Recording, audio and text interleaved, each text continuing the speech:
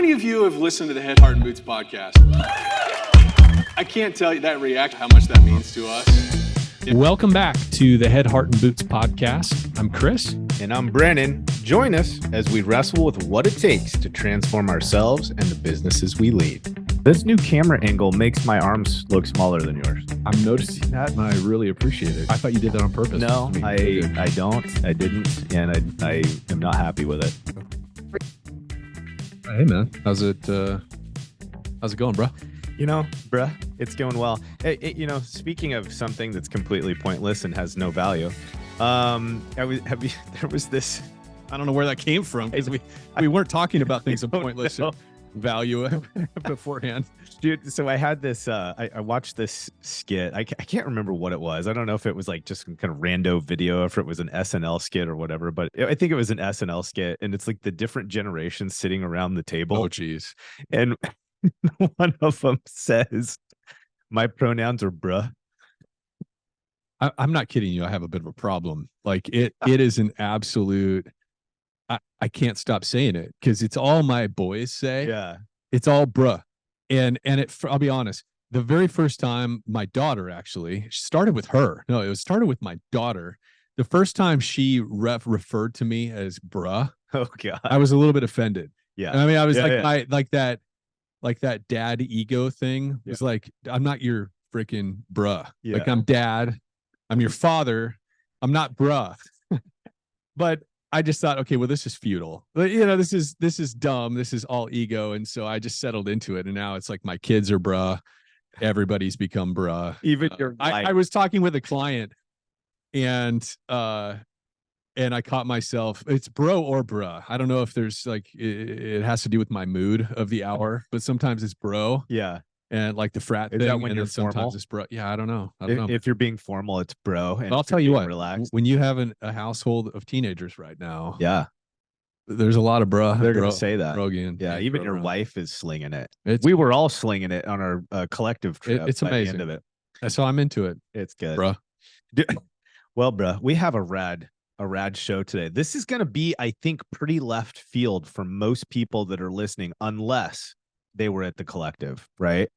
Yeah, and I gotta say, because right now I'm working through. I'm in the middle of a loved one who's has cancer, and so it's actually since really like we found out and have been working through that since the collective when we saw Eric and the Rock Solid crew do their thing. And so for me, it's like emotionally, I feel so much more connected to it because I'm like, having a loved one with cancer and starting to process through that, it's so confusing. Yeah. You know what I mean? It's confusing. You don't know what to think. You don't know, like, do you go into fight mode? We're going to win this. Or do you go into like just trying to maximize your time with that person? It's just this weird tug of war, and it's unsettling, and it's sad, and it's all the things. And what they're doing for children and families, like in the midst of that, of just kind of creating an anchor that they can all, like this idea of building play sets for children with pediatric cancer. Like it's like, I get it now. I actually get it more now that I'm experiencing this in our own family. It's powerful, dude. But I think the biggest, not shocker, because he was an impressive dude on stage. Oh yeah. But I think we didn't get a chance until this podcast to really see the depth of leadership. Oh my God. And substance that this guy is bringing and leading with. And there's so much here for restoration owners and aspiring leaders, and really leaders of any organization. This is one. I mean, I have 2 pages of notes, and I could have been doing more if we weren't kind of leading the podcast, but like there are so many nuggets and takeaways. Okay, so I'm going to say something. I don't normally do this. In all honesty, I never go back and listen to our shows. We have a team that does post and all that kind of stuff, and I just don't. This will be one that I will go back, because I wasn't able to keep up with our own conversation. Yeah, I know. Like he was throwing out gold so quickly that I was struggling to write it all down to even have time to reference it. I know. Okay, so I've one One thing that I want you to look out for, because this is a powerful, powerful leadership behavior. And Brandon and I were even thinking, gosh, with Floodlight growing and more consultants and more team members coming on, this is maybe the biggest and most important work that we have in front of us too, which he refers to them as power statements or sticky statements. Oh yeah. And he talks about, I mean, just listen for this. I know this is a long intro, but listen for this as the conversation goes by, because he throws out a lot of these power statements or sticky statements, and he talks about how they think of them. It's very intentional, which we didn't know at the outset of the talk, but as we asked him about it, he talks about how everything in their company is predicated on their values and their mission, obviously, or maybe not so obviously, but then from the values and mission, they intentionally created these 25 or 30 power statements or sticky statements that are fresh on everybody's lips. Yeah. And it really helps take the big picture and the big ideas and the moments they're trying to create, and it crystallizes them down into these simple messages that they can all keep in front of them and that they use when communicating the vision and values. It is so good. It's like this episode is like an encyclopedia of those power statements. It is literally. So you inevitably, if you take the time to really sit at your desk or over your coffee in the morning to listen to this, you are inevitably going to come up with ideas and power statements for your own business that will help you lead better. Oh man. I literally have to go back and listen to it again to get them. It's good. Let's get through this. Yeah. Okay. So people can hear this guy. Yeah. So good. Okay. So before we do that, let's thank our sponsors, because truly they enable the Head, Heart, and Boots podcast. They've been faithful supporters, and we want to make sure we draw attention to them. CNR Magazine. Gosh dang it. Michelle is so great, but it isn't just Michelle. Michelle has a power team around her that she's been building as she continues to build her influence in the industry. But Michelle's so great. I mean, Michelle introduced us to another industry person this past week, and we had an incredibly powerful conversation with them. The type of people she surrounds herself with is at top of the heap in our industry. She's connected to everybody that's doing important things in the industry. She's first to scoop stories. She's engaged in all the important conversations. If you're not already following CNR, Yeah, it's a miss. Yeah, it's a miss. So go subscribe on their site, follow them on LinkedIn. If you're somebody who's trying to connect with restoration people, you're selling something in the industry, CNR might be a really fantastic place for you to advertise, because they have the ear of the industry. They have the eyes of the industry. So go talk to Michelle and her team. Liftify, guys. Liftify.com /floodlight. You guys know that these are partners in crime with us. We trust their team. We respect their team. Zach and the leadership group are just super powerful, super intentional about delivering a truth in the product. Like either we are doing it or we are not, and they are consistently iterating to ensure that they are. But what are they doing? They're helping you and your team get more consistent and current 5-star Google reviews. It turns the dial, guys. This is the most inexpensive way and simplest way that we can divert some resources and some funds to ensure that SEO rankings climb, that our ability to pop up on first page searches climbs, the fact that you guys will have social proof that all the hard work that you and your team put in on a day-to-day basis is recognized by somebody other than you, and that you are a team worth betting on when it's the first time they meet you. There's nothing more powerful than a grip ton of 5-star Google reviews. And one of the things that Zach has taught all of us over and over is they have to be relevant and they have to be current. If you are cycling in your reviews because we depend on our operational team to go out and chase those, and we have spurts of getting lots of them, you're failing. It is not giving you the return that you could receive when those things are popping up on the daily and the weekly basis. Google will weight their stuff. So Google reviews are blood to the system. So do it. Well, I just saw a post on LinkedIn, and we had a conversation with Zach Garrett, the CEO, about one of our clients just hit 1,000 reviews. It was 101 was the screenshot. And it was really 1001. cool. Zach and his team are putting together they're having these custom trophies made up and with the Google logo on it. It's really sweet. And just it has been one of those things as a consulting company. We're very cautious about the people we recommend and refer for obvious reasons. And Zach and his team have been the best referral we've ever made. Yeah. You obviously know our feelings about CNR and the rest of our, but we've had the longest time recommending, Zach in terms of a service company. And oh my gosh, it's like every time we talk to a customer, they've got rave reviews. So go check them out, get a demo, see what it's all about. Last thing is AnswerForce. AnswerForce is a relatively new partner of ours, but we're really excited because, we've operated in the field, we've been in your seat, we understand the challenges of call intake, and there's a lot of them, right? And it depends on what stage of company you're in. I think when we first were thinking about call agents and, external call center type services, a lot of us tend to think of it as, when you're the dude in a truck or you're running your business out of your home or out of a storage unit. Well, that's when you need somebody to answer your phones. But the reality is that need doesn't ever go away, right? Because what do you do when your receptionist, your normal call intake person is on lunch? What do you do when you have a huge influx of calls for storms? Do you just randomly let your phones forward to just any random person on your team?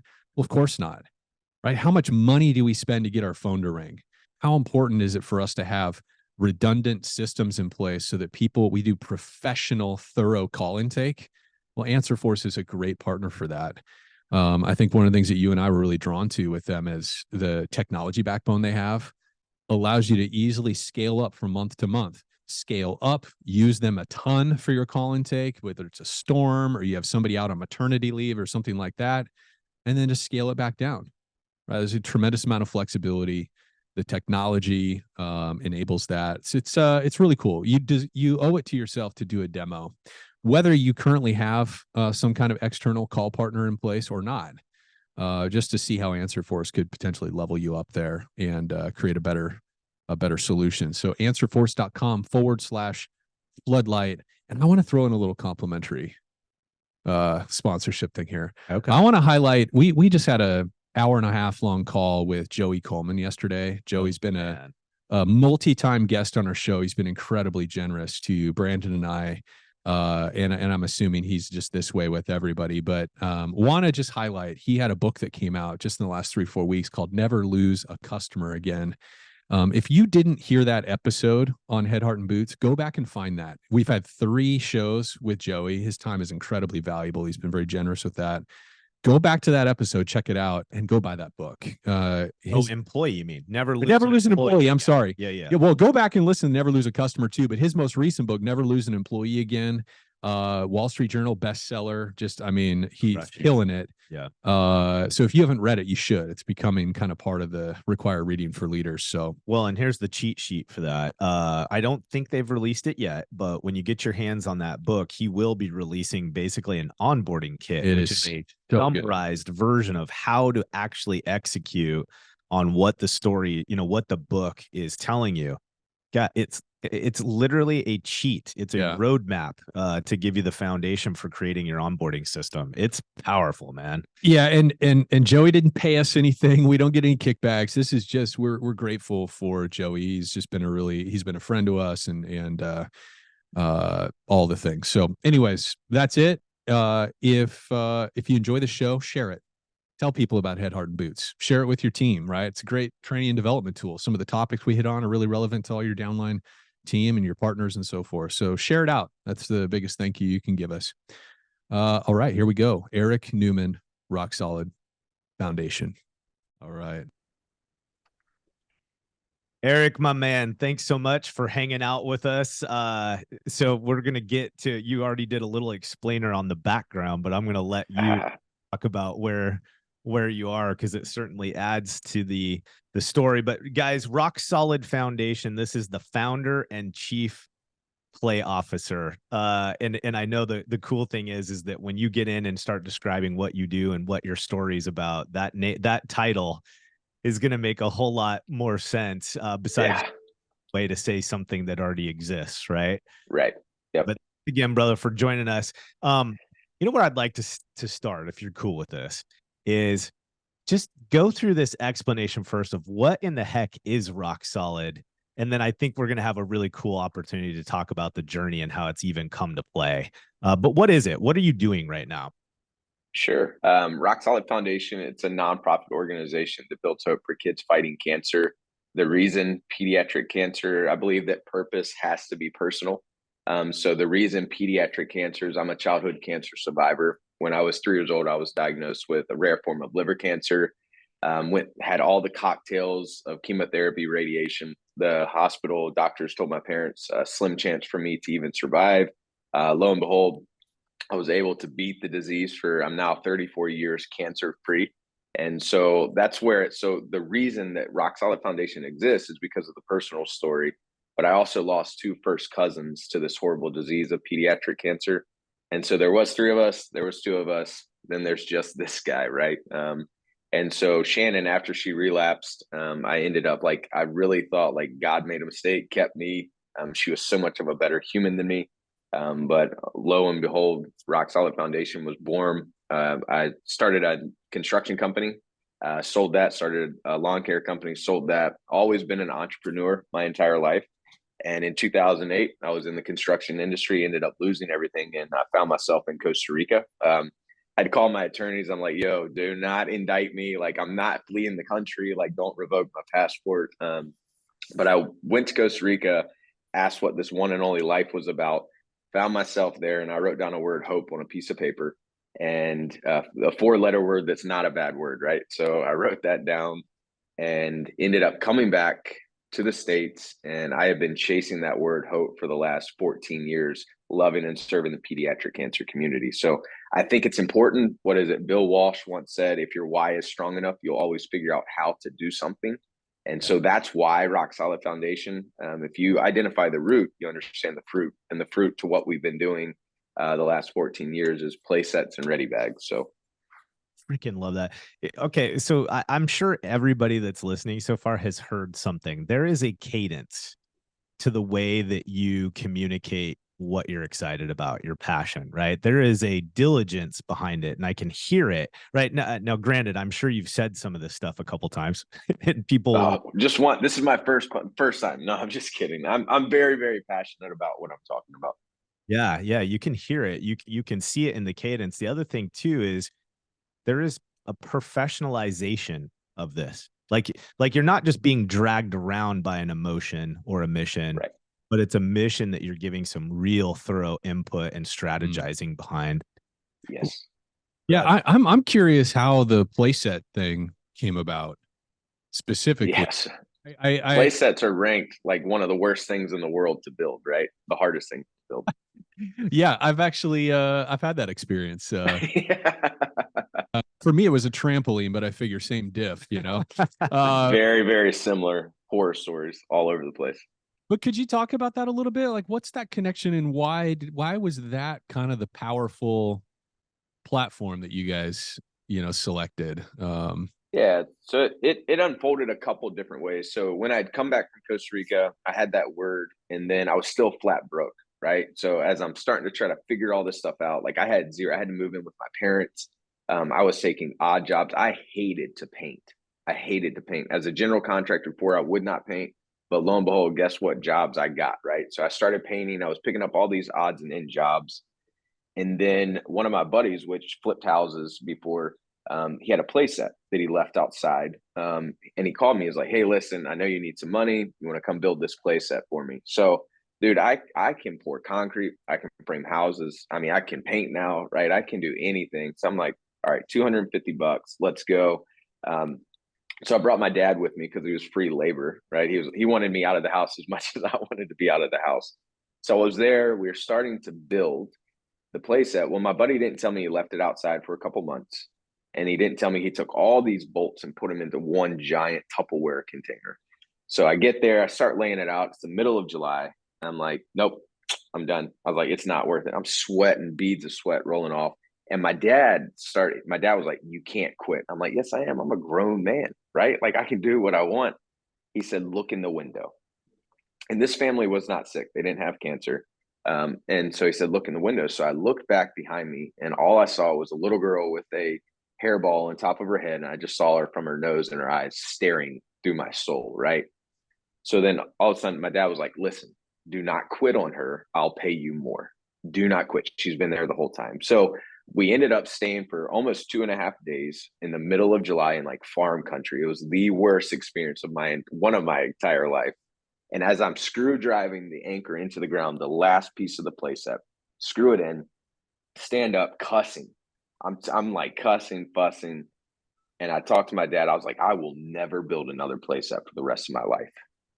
All of a sudden, this little girl busted out this back door, came running down the steps, jumped, hugged my leg, handed me a check, and said, thank you for giving me play. Tears just started because I had the word hope, right? But I didn't know how. The why was hope, but I didn't have the how. And so then the how started unfolding. Tears coming down my face. I looked directly in the same breath as my dad. And I look at him, I said, I think I'm supposed to build play sets for kids fighting cancer. And I am crying. The little girl handed me the check. I'm like, and my dad was like, God, he's like, why can't you get a normal job? Right. He's like, no one starts nonprofits. What the heck's wrong with you? He's like, just get a normal job. But I had the word hope because see, that's the thing. People, when we have these grand ideas, you think this grand idea is going to be immediate. And in my experience, that's not how life happens. Like you hang on to something, good ideas produce better ideas. So I had this word hope. Then my perspective was starting to shift. I was looking for different things. Then play hit me. And when she handed me the check, I said, what if people would pay me to build play sets for kids fighting cancer? Not me, but pay for the play sets. And from that, we had wrapped our heads around it, right? Wrapping your head and wrapping your heart around something is totally different. The world has the tendency, because we have so much information flowing at us, that we wrap our heads around a lot of stuff. But I think, what would the world look like if you wrapped your head around a thing, a specific thing, and then you wrapped your entire being and your entire heart around it? And that's where play came from. It was really failures of like swearing that I would never build another play set. And now I'm sitting here talking to you, and I've built thousands all over the United States. Okay, Wow. I can feel Chris connecting with what you just said, and I want to get into it some more. Connecting, you said wrapping our head around versus wrapping our heart around. And I know that Right. Chris and I have had a lot of conversations about this difference between knowing knowledge and experiential knowledge. It's very similar. Yes. My wife is an artist, and she talks about how there's this, like, everything can't hang in one hemisphere. If you don't get it to connect to the other side, there's this part of the story we're missing. Like we're either only experiencing it or we're not experiencing it. We're only mentally connecting with the theory. Dude, unpack that for us in terms of what did that look like in real life for someone to not only understand, but begin wrapping their heart around this concept? Yeah. So I think for me, and I say this a lot, the biggest distance between a human being is the head and the heart. Because you got the worldly knowledge, you got the business knowledge, but then success and significance can live in the same world. But most people choose success first and then significance later. So I'm like, what if we live for significance and success? So then that's taken me on this journey, wrapping your head around something. So for example, when we did our first playset project, a beautiful little girl named Jillian Jeske, only millionaires start nonprofits. That's what the attorneys were telling me. It's the worst economy since the Great Depression. I'm like, well, you haven't met me yet. And my dad told me, like, if I can beat cancer, there's nothing in this world that I can't do. So game on, let's go. So then we started to wrap our head around it, meaning we ordered the mulch, we ordered the playset, we ordered the material, we invited the people. We started going through the checklists of life and production and companies and construction, right? All of us live and die by the checklist. So then we invite the people, we start building the playset, we're following the instructions, then we install the playset. But what none of us were prepared for is the moment, mastering that moment, right? Focusing on the moment, because we're so focused on movement that we miss the moment. And so we all stopped. The playset was there. The limo pulled up for this beautiful little girl. We got a limo for her, took her out, came into her backyard, built the playset, and she started to come around the corner. She had a blindfold on. And when we lifted that blindfold, She saw the playset for the first time. Guess what she wasn't thinking about? Cancer.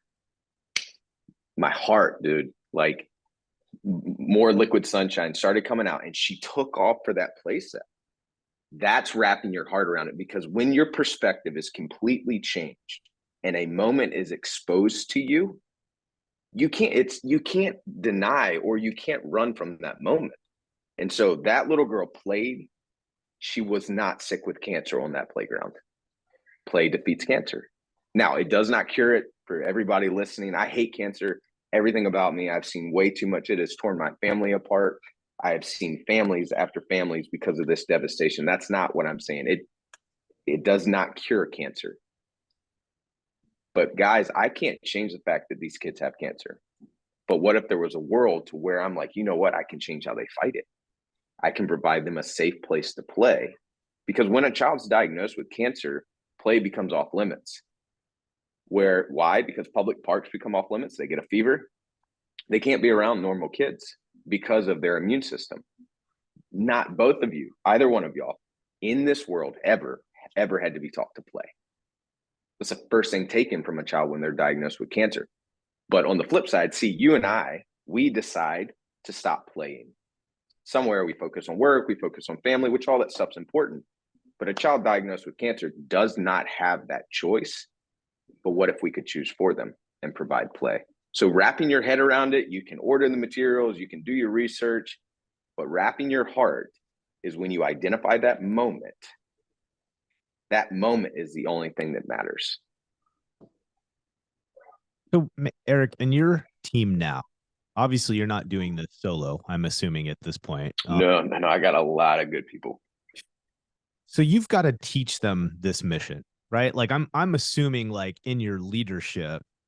And by the way, dude, I just got a reference. You're really gifted in saying really powerful stuff in a really short period of time, which I'm horrible at. Man, like, focused on movement versus mission. Like, dude, you've got some stuff dialed in that makes Thank you. to listen to. But okay, so you've got a team of personnel. This is a company. There's a formal organization that has a mission to execute on, meaning we got to go to work. We got to do business, right? How do you bring play or this mission into the organization on a day-to-day basis, man? Because, and just one last preface, and I'll let you rip. We're part of Chris and I's messaging for companies in our industry is an awareness of the human element to our businesses. Like we get stuff done. We move the ball downfield in human relationships. These are people, right? And one of the things I know that Chris is really keyed in on is this going beyond the normal carrots and sticks for motivating our people. Like, what is the mission we're inviting people to come participate in? And so I really dig this play, this experiential piece, wrapping your heart around it. Like, anyways, I'll shut up. How do you bring that into the company? How do you lead with these theories? And so it took me a little while to figure this out. Rock Solid's been around for 14 years. For what you stated, Rock Solid is a nonprofit organization. This is my spin on it. Is yes, we're a nonprofit organization. However, we run like a Fortune 500 company. The reason is that my shareholders are kids fighting cancer. We need to raise as much money. We need to run, we need to run our back end office like a Fortune 500 company. Everything's above board. The difference between me and a for-profit is that my shareholders the money does not come to me. I make, and I want to create as much hope and money as possible for kids fighting cancer. So I work for my shareholders, right? That's my boss. Like, I have a brilliant board of directors, but at the end of the day, the people that I'm working to pay dividends to, because you got to focus on the people and the money will come. If you focus on the money, the people will leave, right? So it's like, it's got to be about the people. So first and foremost, my shareholders are kids fighting cancer. So that's who I really report to. At the end of the day, I have to be able to lay my head down at night and know that I have done everything possible for the pediatric cancer community. Second of all, who's going to help you do it, right? What is it? If you want to go fast, go alone. If you want to go far, go with others. I don't know exactly how the quote goes, but how we bring this mission to life is that everything rises and falls on your values. Everything. So for the fact of the matter is, and like for me, like, don't put a bald eagle on a wall and throw some cliche message up, right? What's your true identity as an organization? 3 questions. Who are you? Where are you going? And what do you believe? Who are you? Where are you going? And what do you believe? Because you have to be able to lead the me before you lead the we, right? So if you don't know me, how are you going to lead the we? So we rise and fall. We have 5 values in our organization. The first one is families first, theirs and ours. So theirs are the community we call the love and serve. Ours is the people that come to work for Rock Solid Foundation. Your family is more important to me than what you'll ever do for this organization. Because if you're no good at home, you'll be no good here. And so everything is rooted around family, starting in with why. Why do we exist? Identify the root, you understand the fruit. Then the next one is focus on the people and the money will come. For us, leading this organization, we have to have money, but we have to keep the people first. If I miss the people part, I can go do something else. And then the last, like, I think I've done 4. You got to help me out. I don't know how many I've done, but then it's marry the mission, not the model. Marry the mission, not the model. Your mission, y'all's mission is to deliver content, good podcaster. And I don't know exactly the DNA of your organization or the podcast, but the mission stays the same. The model will forever be changing. And so that's how we incorporate. And then we master 2 moments in Rock Solid Foundation. You can't be an expert at everything. We master 2 moments. We deliver rock solid ready bags to families on the worst day of their life. Why? Because no family should ever have to split up on the day they're diagnosed. So that's what hope looks like when it's not for what you would hope for at all. Is when a child's diagnosed, how do you bring hope into that?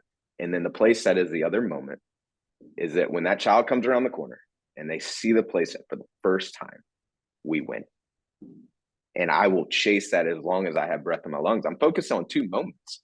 Focus on the moments, the movement will follow. But if you focus on that movement, you're trying to grow, you're trying to be on the S&P 500, whatever that is. If you're so forward focused on the movement and you miss the moment, what do you got, right? Moments are what are eternal for me. So I chase a lot of moments. And the same way I'm talking to you is the same way I talk to my team, my finance department, I got marketing department, I got development people, I have my board of directors. Like, the same way I'm talking to you all is the same way I talk to them. Like, don't miss the moment.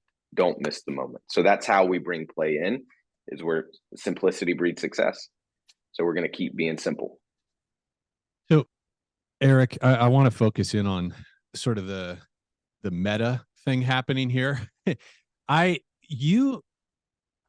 You're very skilled at distilling big leadership ideas into simple mantras. And this is something we teach our clients. Is I just want to highlight this because I think it's probably been a big factor in your success of simplifying your messaging so that everybody can quickly understand what you're trying to do and what's in the conversation. I love that. I mean, some of the things you talk about, like mastering the moments, focusing on the moments over the movement, like just these simple mantras and phrases you've come up with. I love that. And I'm curious, how did you come up with that? Like, because you do that, it seems very intentionally. It's like the way you communicate is kind of in these mantras and axioms and so forth. Did you have a mentor or somebody along the way that helped you with that leadership behavior, or is that just something So I read a lot.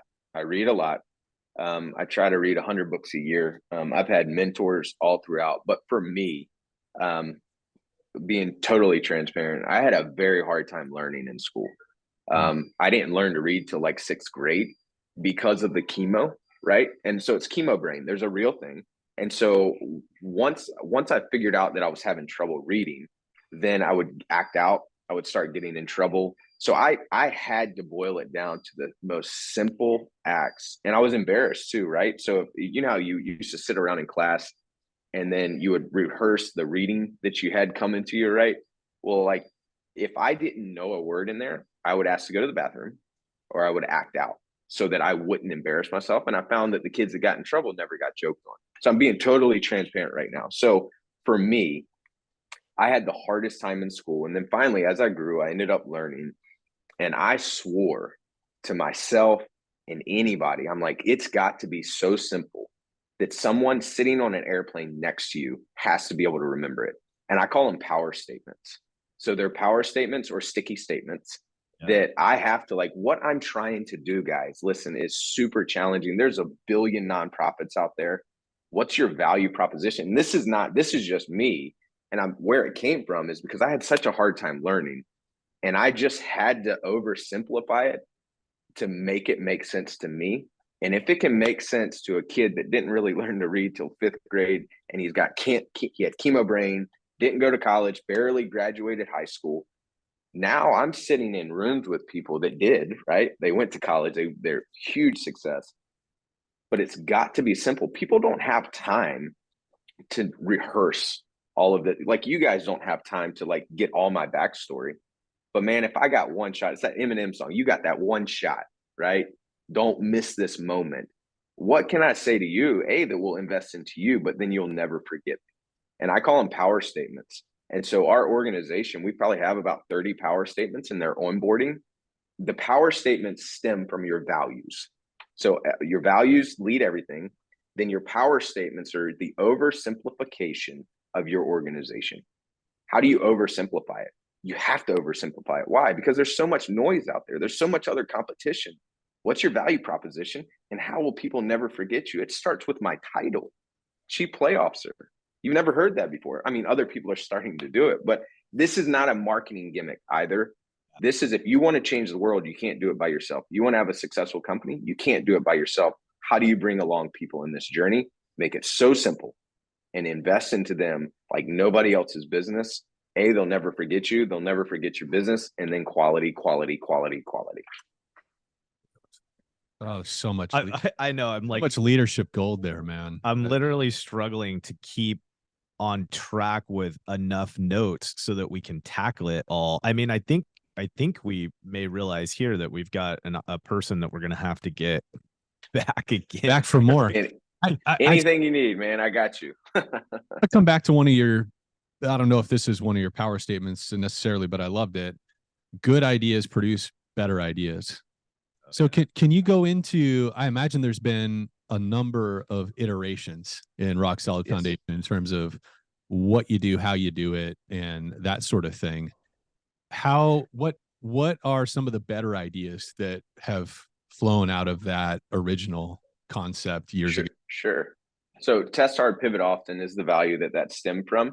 And in the pandemic, so how Rock Solid works is we travel around, we do team building exercises for organizations, right? So in 08, like 09, people had just laid off a bunch of people. I'm like, well, what are they going to be looking to do when business kicks up, right? Business comes up, business goes down. And it's just how it works. And like, you have to be as comfortable up top as you are below. So we're like, all right, they're going to be hiring people. They're going to be trying to build their teams up. So we sell the Play It Forward experience as a team building exercise, right? So you bring out 25 people. We take care of all the details. You just got to pick the date and we'll give you the location. You all work to build the play set and you present the play set to the family. Helps with employee retention, all of that stuff, right? Employee retention, just multiple things along there. And that's not the main point of what I'm saying. So team building exercises came to a screeching halt in 2020. Couldn't do anything. But guess what? Cancer didn't stop. And so I'm like, all right, test hard, pivot often, test hard, pivot often, test hard, pivot often. Like, what does that look like? Well, the iteration of Play It Forward is team building exercise. Well, if we didn't live off of our value, Play It Forward is a great idea, right? So we're sitting in our office, we're sitting in our war room. I'm on my knees, praying, screaming, cussing, fussing, doing whatever. I'm like, cancer doesn't care. Cancer doesn't care about the pandemic. Now I care about the pandemic. It's a real thing, right? So then I'm like, well, Play It Forward's a good idea.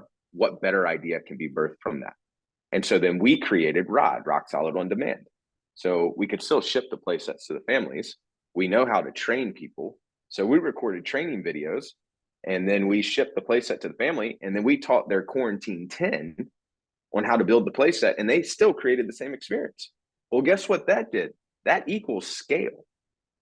So we went from about 120, where I thought the whole world was collapsing, 120 projects a year, where I thought the whole world was collapsing, to where a good idea stemmed a better idea that created scale.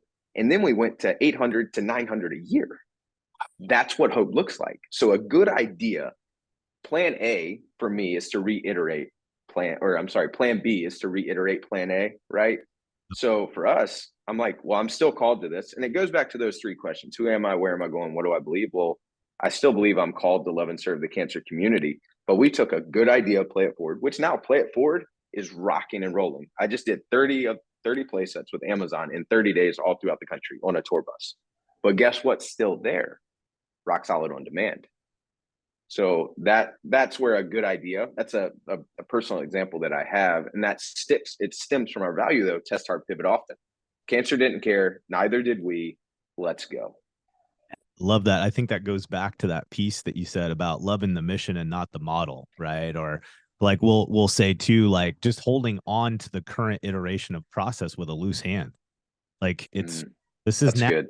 This is now, but it can shift. And the priority that we need to understand is we'll make reference to the commander's intent. We just need to know where we're going to land. Like what is the ultimate mission? And then we can be unified in creativity and come up with whatever we need to on the how to get there. Yep. You just said it better. I like your version. No, that's good, man. That's still gold. Like iron sharpens iron. So anything I can learn, I still got my journal. I write down everything anywhere, and you will always see me with a journal. Dude, there's obviously a hint of faith that obviously plays a pretty critical role in your life. And I don't think it would be appropriate for us to not at least get some sense of what that looks like for you and what drives you from it. Again, we're neutral in terms of people's, faith and perspective, but it's pretty hard to not have a human that doesn't have some element of faith as a driving force in them. What is that for you? What's been driving this stuff under the surface? Yeah, so I get asked that a lot. So I definitely lead by faith. So when I lost everything in 2008, I came to a realization that I chased everything that the world said I should have, and I tasted it. Right, Jimmy Buffett, rest in peace. Like I made enough money to buy Miami, but I pissed it away so fast. Right, so like I chased everything, and I had it, and I tasted it. And guess what? When I chased everything the world said I should have, but when I lost everything the world said I should have, the world was nowhere to be found.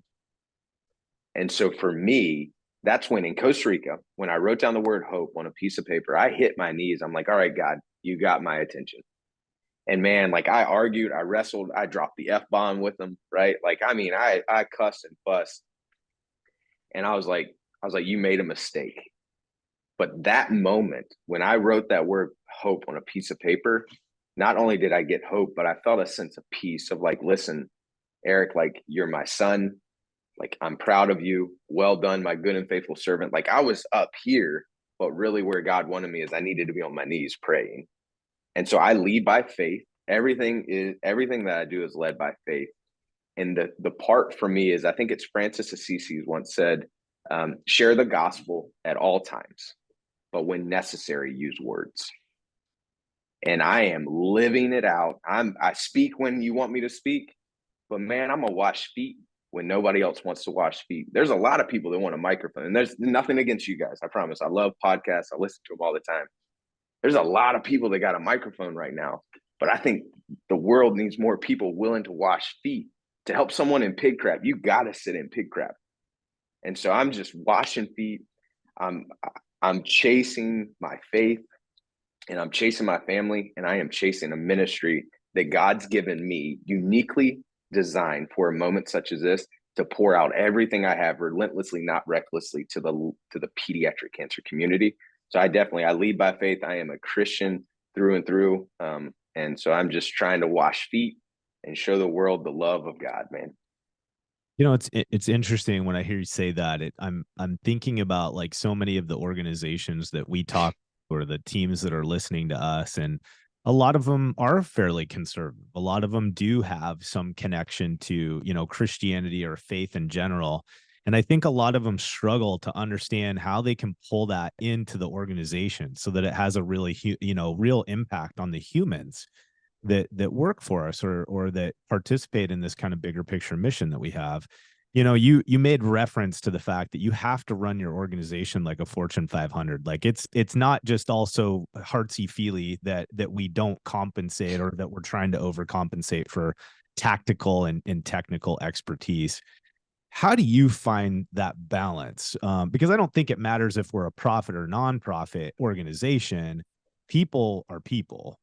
How do you lead in a way where you feel like you're in alignment with your faith and what that means to your human relationship, but do it in a way that's realistic, right? That allows us to Yeah, act a business. it's hard. So I still boil it back down to like like doing good with the talents that you've been given, and that's scriptural too, right? And it goes back to the fact of like there's a parable in scripture that talks about like too much is given, right? So I think for me, how I balance it is I focus on people above all else. Focus on the customer, right? My customer, kids fighting cancer. Focus on the donor, treat everyone like $1 million donor, and you will have $1 million donors. The best donation I ever got was 83 cents. Kid broke his piggy bank, gave me 73 pennies and a dime. Guess what? If right now at the end of this podcast, you're like, Eric, here's $1 million for your organization. I'm like, hell yeah, let's roll, high five. But guess what? The best donation I ever received was 83 cents. Hands out, he gave me everything he had, right? So focus on the people, focus on the people. And for me, people are what eternally matter. So growing the business, I said it earlier, head and heart, right? I am an entrepreneur. I was that kid in school acting out. I knew I wasn't going to go to college in 5th grade, but I had 2 backpacks, one with my books and one with a candy shop in the front. And I was slinging blow pops for like, I realized you could go to Costco or Sam's Club and buy it for 25 cents, but I could sell it for 50 cents. So I have been that kid. So I have been blessed with a head and a heart, and the board of directors helps with strategy, helps with the business. And then I have my staff that is focused on loving and serving the community. And I get to bridge the gap. Now, hear me, bridging the gap, walking that fence post, right? When you walk a fence post, you can bust chops on it too, all the time. It is very, very hard to walk the fence post. But that's what I'm called to do, is I'm supposed to bridge the gap between the head and the heart. And that's how I'm able to do it. I relentlessly love and serve my board. I relentlessly love and serve my staff. And then the better I become less, they become more. So one day I will walk away from Rock Solid Foundation. One day I will. I'm not, if anybody's listening to know, I'm not leaving tomorrow.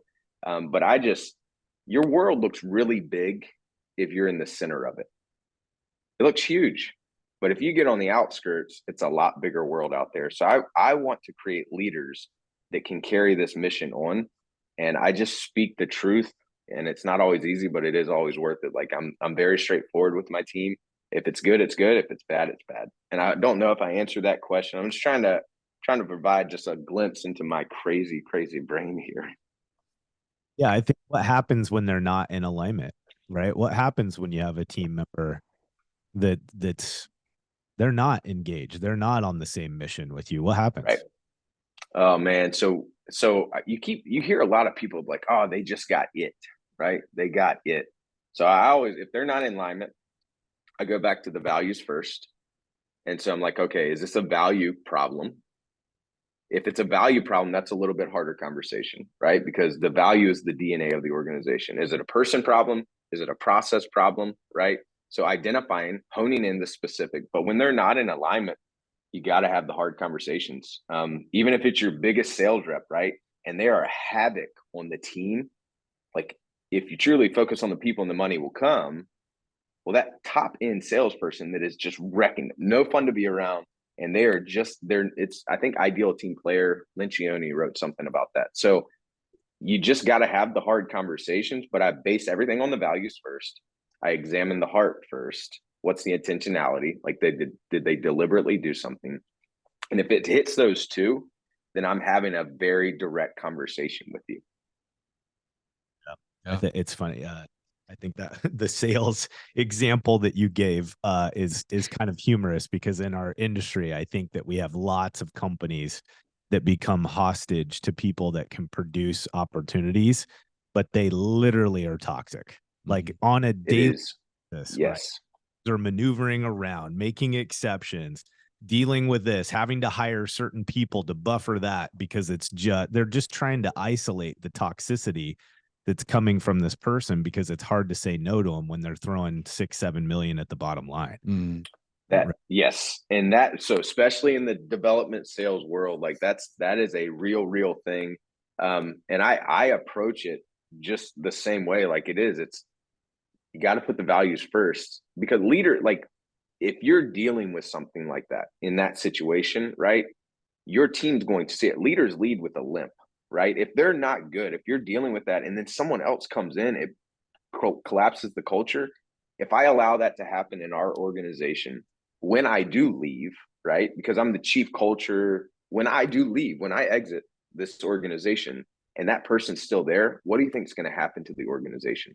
Yeah. So it's you got to have the hard conversations, and it's not fun. I will stand here, I will tell you, I've had many conversations like that, and guess what? I would never be like, yippee, I get to go have this hard conversation. It's not easy, but it is worth it. And once that person were to exit, in my experience, I can't speak for the people listening, but as that person were to exit, you just start to see the culture rise. And it's like, it's the faith element too. Like, you got to have faith that it's going to work out. If I knew exactly how it was going to work out, that would be common sense, not faith, right?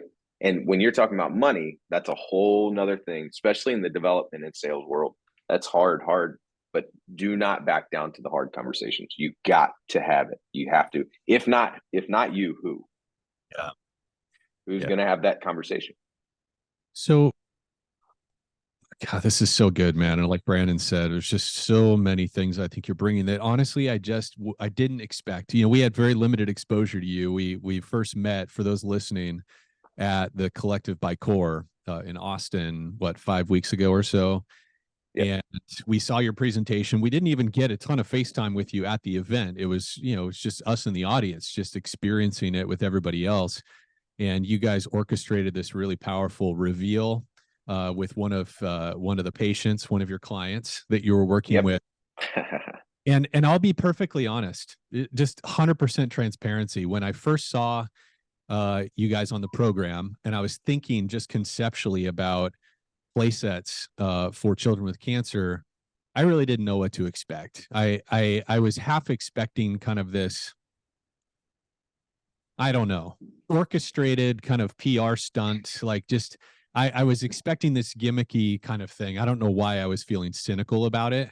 And then when you came up and started talking, like my heart started melting toward it. And I was like hearing your story and hearing your heart behind it. But then, man, when that little girl came in, I mean, bro, I don't think there was a dry eye in the whole environment. And Brandon and I talk a lot in the restoration industry about what is the real differentiator that, we build stuff, we fix stuff, we dry stuff out, we clean things. Anybody can get a SBA loan and do that. And we talk a lot about how we make people feel is the magic. Like, it's the thing we actually sell, is how we make people feel in the course of doing those things. And you guys are in the business of that as well. Like that's what really struck me, is you aren't in the business of curing cancer, right? That's not your business. But it seems to me you're in the business of creating joy. Like the feeling was just so palpable in the room, like watching the parents and this little child just revel in the moment was just so cool to see. And awesome. and I'm curious. I don't know. I guess I'm curious to hear just a little bit more about how that's evolved. So, like, you talked about kind of mastering the moment. Right. Are there any key behaviors or conversations that you guys have learned to prioritize in the course of this service delivery that really help maximize the emotion of the moment, and like the pause? You know what I mean? Does that make sense? Oh, Are yeah. there behaviors or processes that you guys have put in place to consistently create that kind of special moment? It's good. Yeah, everything. So it's an experience, right? So you guys are in the rest, or a lot of the people listening are in the restoration business. Well, so am I. So if you look at truly what I do, so the definition of restoration, to restore, to bring back. I'm restoring hope to each family, one family at a time. And so the quote or the saying that I always say that like brings me back to that, because when a family is diagnosed with cancer, hope is completely devastated, right? And so then how do you restore hope in that moment? And so this is the statement that I say that helps us focus on all experiences across the board. Focus on the one, what you hope to do for the many. Focus on the one family at a time, one volunteer at a time, one donor at a time, and one staff member at a time. The other element to that is that that's your bar stool, right? It's your 4 bar stool of an organization. So if one bar stool, I didn't create this idea, if one bar stool gets shorter, what happens? It falls down. And I have the best leaders in the entire world that their whole job is to focus on the one. Focus on the one. And the experience boils down to, like, I literally, before I speak on stage, if I have the time, I go sit in the audience and I sit in a random chair and I'm like, you're my one. So in business, we got to have many. You have to have many. But man, it's the experience of like that mastering the moment, being brilliant at the basics, all of that stuff is that one is the most important thing. So I've been on tour for 30 days. I have built 27 play sets, not me personally, but with a team. And I have seen 27 families. And I get to get down on one knee, get eye level with that one child, and I get to witness play defeating cancer.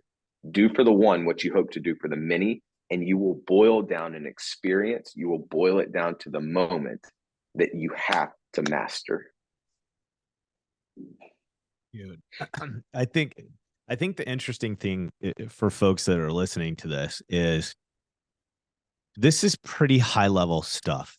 Like this is, like, as you said already, Eric, this is 14 years of education experience, doing the hard work, getting the scars, right? And I think for many of our companies, some of them are they're in some phase, right? They're either new, they're just starting this journey, or they're a grizzled vet and they've been around and they've had a lot of things, experiences, relationships, turnover, all these things that have broken spirit to a certain extent. And we're starting to just do business for the sake of doing business. And even worse, I think we have a lot of people that do listen that are in this place where they're just not even connected with a mission any longer. Like they have a company they own. They have bills to pay. They have employee headaches. They have, right, this list of things exist, but it's no longer a mission. I can imagine over 14 years, you probably didn't wake up every day as excited about what you were doing as the day before. There's got to be some reality that hits you from time to time. What have you done to balance that? And here's what I mean. Like, when you're driven by a mission, I do understand how that motivates somebody internally at a whole different level, right? We can burn out on a drive for cash. We can burn out for a drive, a title, all those things. The mission is important. And though, life still smacks you in the face, regardless if you're on a mission. Dude, how do you keep this shit together? How do you remain as excited about the next thing? Anyways, yeah. What do you do? So for me, I'm very regimented, meaning like there's healthy habits that I have put in my life to keep me no matter what, because I want to change my circumstances all the time, but I can't. Like, you can't change the mutiny, right? You can't change the fact that you had a mutiny 6 years in. And I'm talking about for me, like so I worked for free for the organization for 6 years. I had hundreds of volunteers around me, all right beside me, fighting with me to help me get to that next level. And when I got to that next level, guess what? They split because they were pissed off because I started getting paid for something. So the rainbows and unicorns, the way that I deal with this is I have come to realize that I can't change my circumstance, but I can change me. And so I have 7 healthy habits that I do every single day. So no matter if I get roundhouse kicked in the face when I go into that office, that I know for a fact that Eric Newman has won. And the 7 healthy habits, I don't take them for granted. I write them down every single day in my journal, and I time block, and I have to get them done. If I don't, then it's like, that's the part of what I'm in control of. I can't be in control if a salesperson walks out the door with $6 million, or if a sponsor calls me back and be like, hey, you know what? We just don't have the means necessary to fund your mission. I'm like, you don't understand. Like, you don't, this is what I'm put here to do. Well, sorry, we're pulling out 350,000. So I can't control that, but I can control me.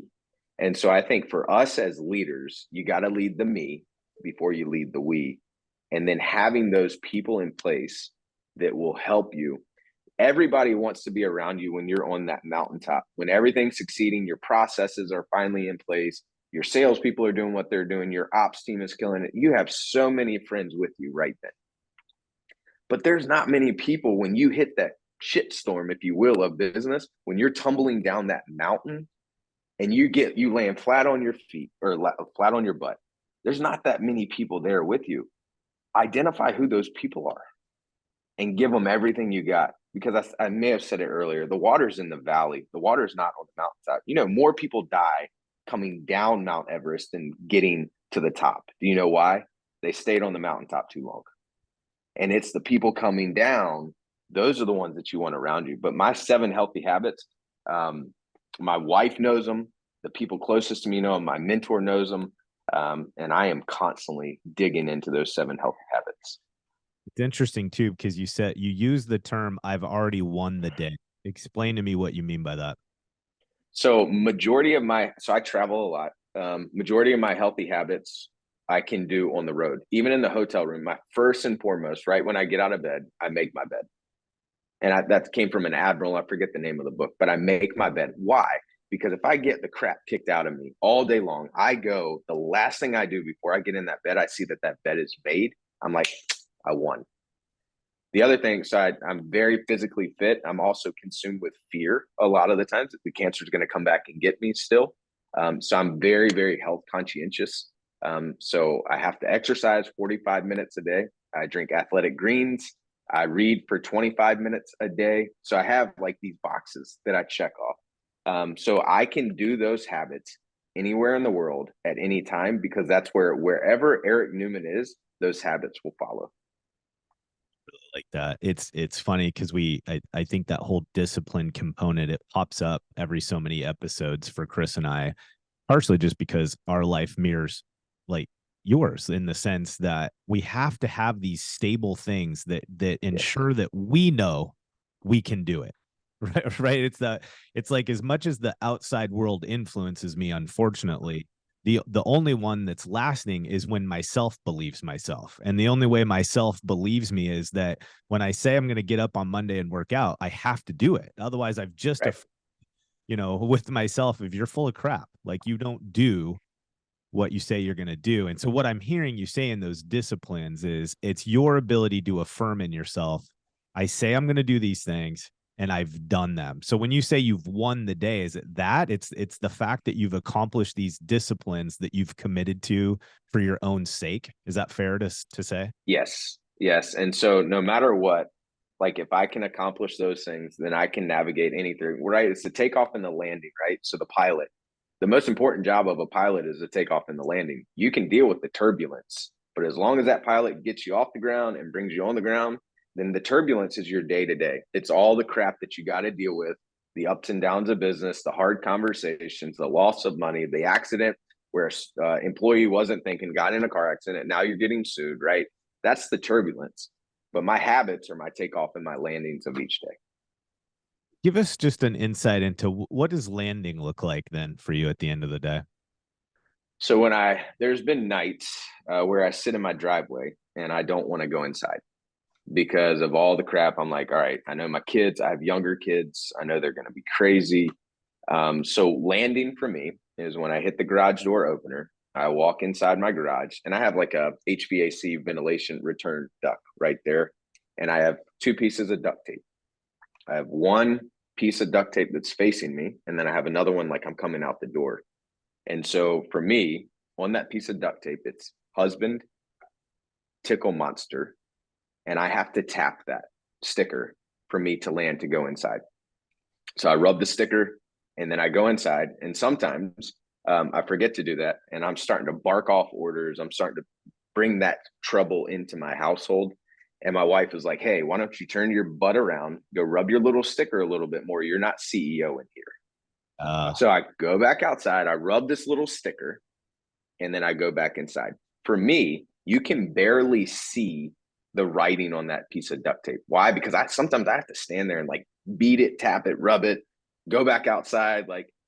But then on the other piece of duct tape that I have, the takeoff for me, it just has hope on the piece of duct tape. So when I leave, I pick everything back up. I tap it and I'm on my way. And you can still see hope written on there because that's easy for me. Like I'll go fight the fight. But me coming in, what lands the day is if I can sit in the floor and I can tickle my kids and my wife and I can have a good conversation. And then I can lay my head down knowing that I have done everything for the pediatric cancer community that this guy can do. I can go to sleep. And then I'm not saying I have my office hours are from like 2 o'clock in the morning until about 4:30 in the morning. Why? Because I wake up and I can't get this stuff out of my head. So I go and I'm strategizing, I'm writing, I got notepads all over the house. But the landing for me is like knowing that at the end of the day, that my wife loves me, my kids know who I am, because guess what? My kids will not care how many play sets daddy built if daddy's not there to play. So like, that's my landing is like, what's your priorities? Stay healthy. And I know that we're coming to the time, but like, that's honestly what landing for me is. Like, I'm aiming at 2 white rocking chairs at the end of this, at whatever this is, right? Big enough. The one right beside me is my wife. I don't know if it's looking at a lake or a beach, but it's big enough to have grandbabies sit on my lap. And that's my compass. And so I'm here to tell you, like, running a nonprofit for 14 years has been the hardest thing that I have ever done in my life besides fight cancer. It is the hardest thing that I've ever done. I am dealing with the same things that you listening to me right now. The difference is I just won't quit. I will not quit. And at the end of the day, that's what I'm aiming at is 2 white rocking chairs. I dig that. I relate to that so much. Chris and I's stories in terms of parenthood is not too far off. He's a few years behind us in terms of kids' age. But I think one of the biggest things that I'm zeroing in right now is this next opportunity. My kids are 23, 22. It's like this grandkid scenario is not that far in the future any longer. It's legitimately the next phase I'm preparing for. Right. And it become overwhelmingly important.